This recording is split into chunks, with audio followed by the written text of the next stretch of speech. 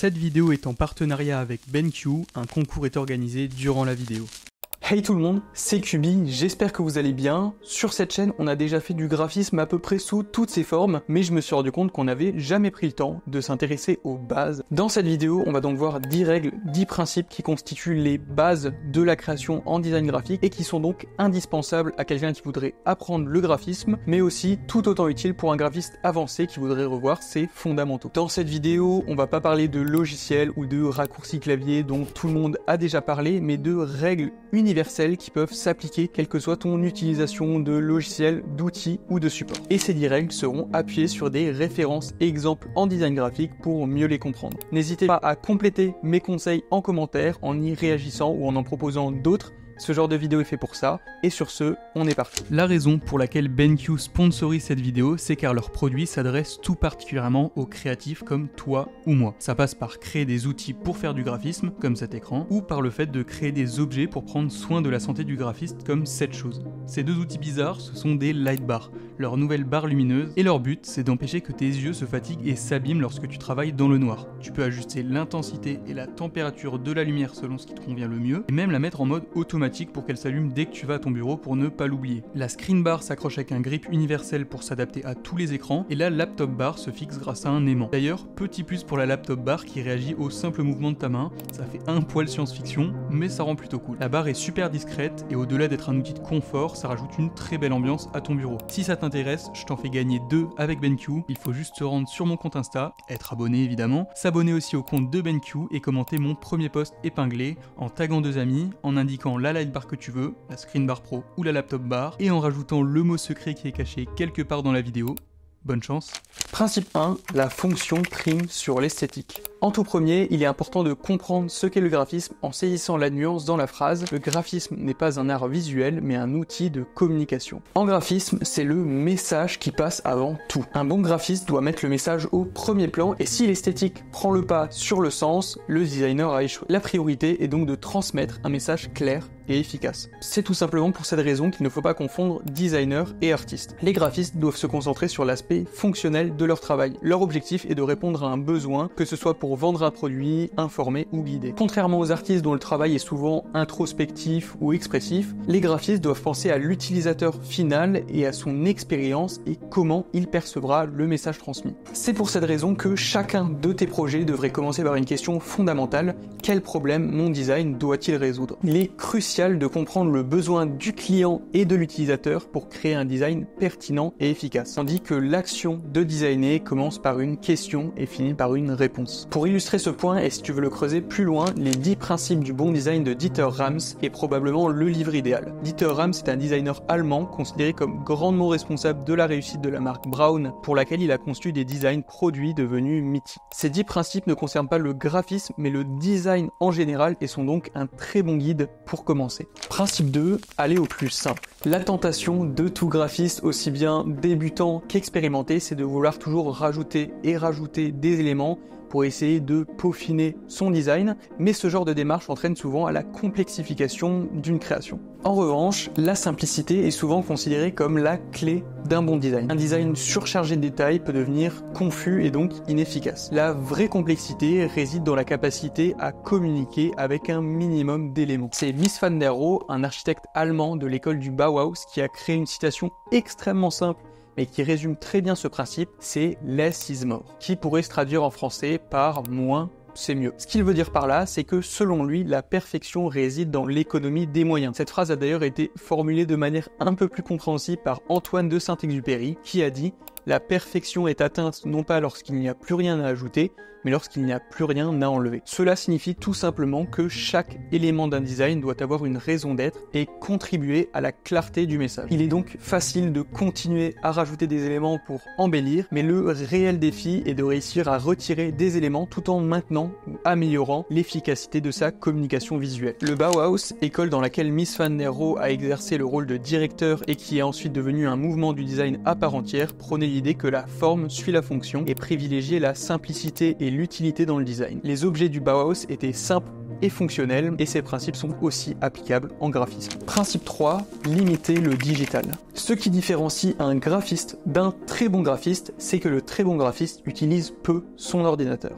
Je m'explique. Certains ne le savent pas car nous sommes nés dans cette période, mais nous connaissons le graphisme sous l'ère de la PAO, c'est-à-dire publication assistée par ordinateur. Mais il fut une époque où le graphisme existait et les ordinateurs non, ce qui signifie que les ordinateurs ne sont donc pas indispensables à la création graphique et que tu devrais même t'en limiter. Le graphisme a existé sous l'ère du papier, puis de la PAO et existera sous l'ère de l'IA, mais il ne faut pas oublier que ces trois périodes ne désignent que des stades d'évolution de nos outils et uniquement d'outils. Il est donc important de comprendre que le graphiste le plus efficace n'est pas celui qui utilise les moyens les plus modernes, mais celui qui sait utiliser quel outil à quelle étape de son travail car il y est le plus adapté. Le processus que j'applique personnellement et qui me semble être le plus adapté à susciter la créativité et la diversité dans la création est de commencer la phase de recherche uniquement sur papier, car c'est la manière la plus directe de traduire les idées qui émanent de ton cerveau sur le papier, puis ensuite de réaliser la phase de développement en faisant des allers-retours entre papier et digital afin de faire des tests, et enfin et uniquement enfin de finaliser sur digital pour réaliser le travail de précision en t'aidant des logiciels faits pour ça. Ce processus permet non seulement de favoriser ta créativité, mais également de reposer tes petits yeux qui passent déjà suffisamment d'heures sur un écran.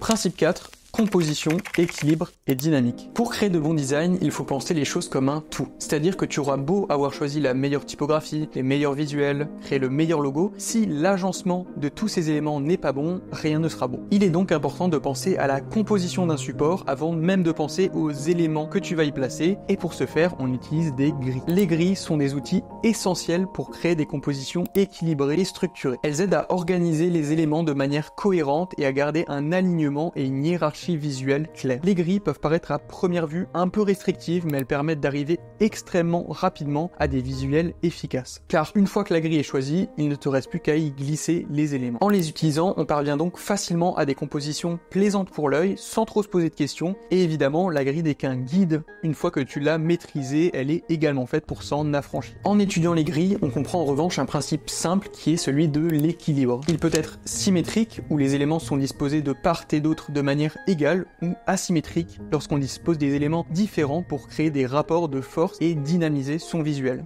Une composition n'est en fait qu'un rapport de force constant entre le poids visuel des différents éléments. Joseph Müller-Brockmann est un graphiste suisse qui a théorisé les grilles de mise en page dans les années 1960, notamment dans son ouvrage Grid Systems in Graphic Design, où il explique comment les grilles permettent de découper le format dans sa largeur et sa hauteur en plusieurs parties égales, séparées par des espaces. L'usage des colonnes et lignes ainsi créées permet de travailler avec des zones proportionnelles ou non entre elles, ce que l'œil du lecteur perçoit immédiatement. Principe 5, utiliser le vide. Le secret d'un bon design ne se joue pas forcément dans ce qui se voit, mais aussi et surtout dans ce qui ne se voit pas. Le vide, aussi appelé espace négatif ou blanc tournant, est en réalité aussi important que les éléments visuels eux-mêmes. Un bon usage du vide permet d'améliorer la lisibilité, mettre en valeur des éléments et donner une sensation de sophistication et de propreté à un design. L'espace négatif aide également à guider l'œil du lecteur dans la composition. Il crée des points de repos et permet une circulation naturelle du regard, rendant le design plus agréable et plus facile à comprendre. Pour bien comprendre et utiliser ce principe, il est important de se familiariser avec la notion de grille typographique. Dans sa tête, il faut être en mesure de remplacer les visuels et les blocs de texte par des blocs de couleurs qui permettent de faire ressortir dans notre tête les espaces blancs. Et c'est le bon équilibrage entre ces pleins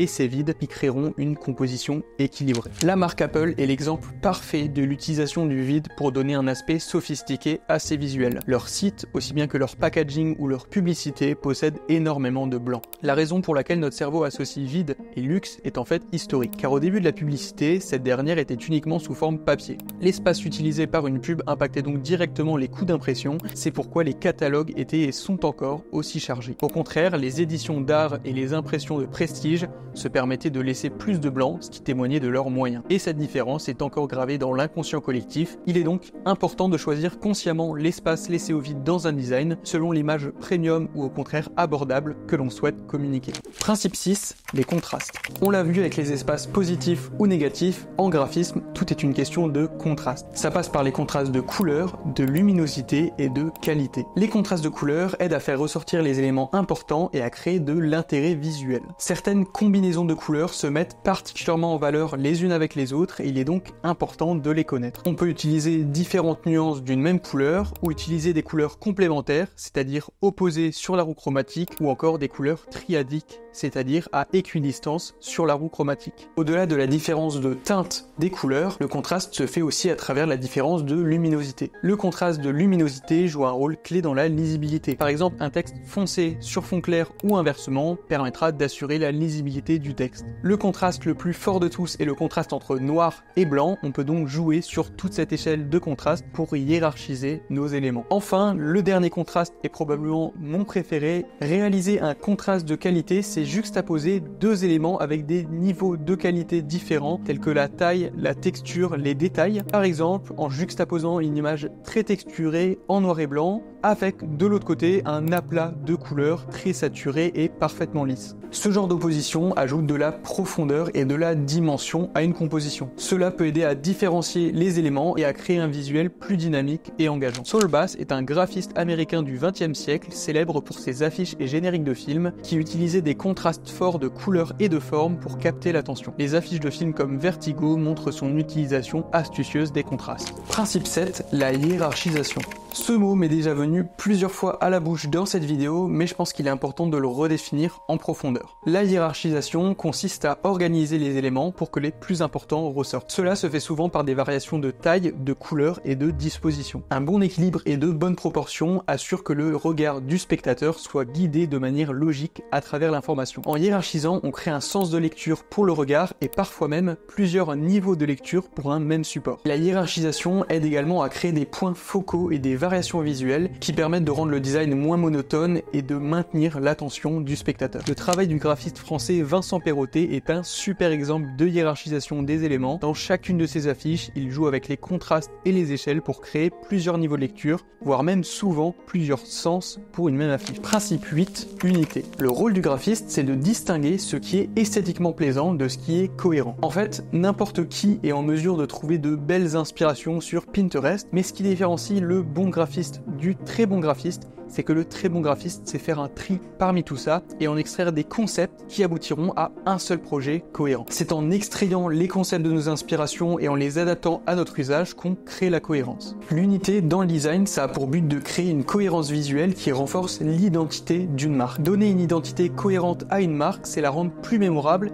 et donc lui permettre de rester mieux gravé dans l'esprit du consommateur. Pour faire ça, il faut utiliser de manière cohérente les différentes typographies, couleurs, formes et styles visuels. Le rebranding de l'application Deezer en 2024 a été une réussite car elle a justement apporté une unité à l'identité de ce service de streaming. Elle a réduit sa palette de couleurs au violet et lui a donné une ligne graphique faite de courbes afin de différencier leur service de ses concurrents et le rendre plus facilement identifiable et mémorable. Principe 9, la typographie. L'élément le plus sous-estimé par les graphistes débutants est de loin la typographie. Il est assez simple de comprendre les conséquences de l'aspect d'un visuel ou de comprendre les conséquences de la formulation d'un texte, mais les débutants sous-estiment souvent le fait que le texte possède également une part de visuel. On peut donc communiquer deux choses totalement différentes avec un même texte selon la typographie que l'on utilise. Chaque typographie a sa propre personnalité et véhicule un message différent. Il est donc crucial de choisir une typographie qui correspond à l'ambiance et au ton du projet. Par exemple, une police sobre pour un contenu mature ou une police plus ludique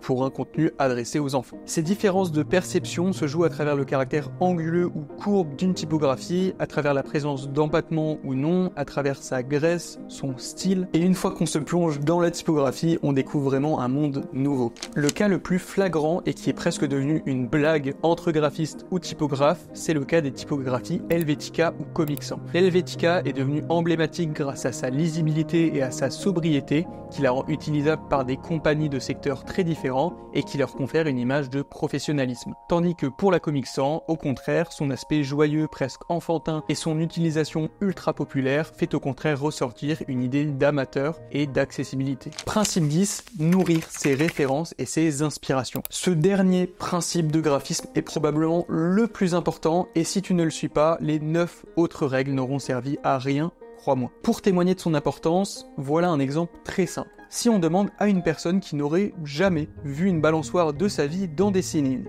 est-ce qu'elle va dessiner une belle balançoire ?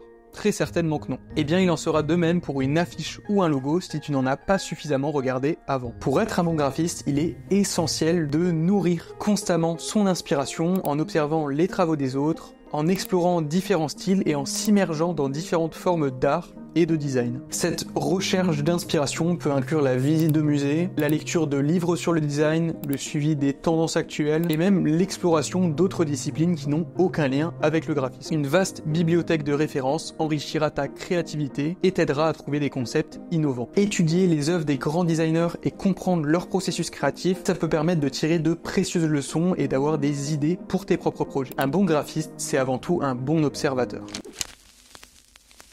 Je te remercie de m'avoir écouté et j'espère t'avoir apporté quelque chose à travers cette vidéo. Si tu vas voir ces 10 principes sous la main sans avoir à te retaper l'entièreté de cette vidéo, j'ai créé un récap que tu peux télécharger gratuitement en description et qui est même pensé pour être imprimé et affiché si tu as envie de le garder quelque part sous les yeux. Je t'invite à t'abonner, liker et commenter cette vidéo pour montrer à YouTube que ma vidéo t'a plu et qu'il peut donc la recommander à d'autres personnes. Et enfin, juste avant de finir, je t'invite à te poser 2 secondes et à réfléchir sérieusement à si oui ou non tu appliques déjà ces 10 principes dans tes propres créations et si ce n'est pas le cas, à les appliquer pour les prochaines. La seule solution pour s'améliorer, c'est de créer. Merci à BenQ d'encourager la création. Sur ce, c'était Cubi, portez-vous bien.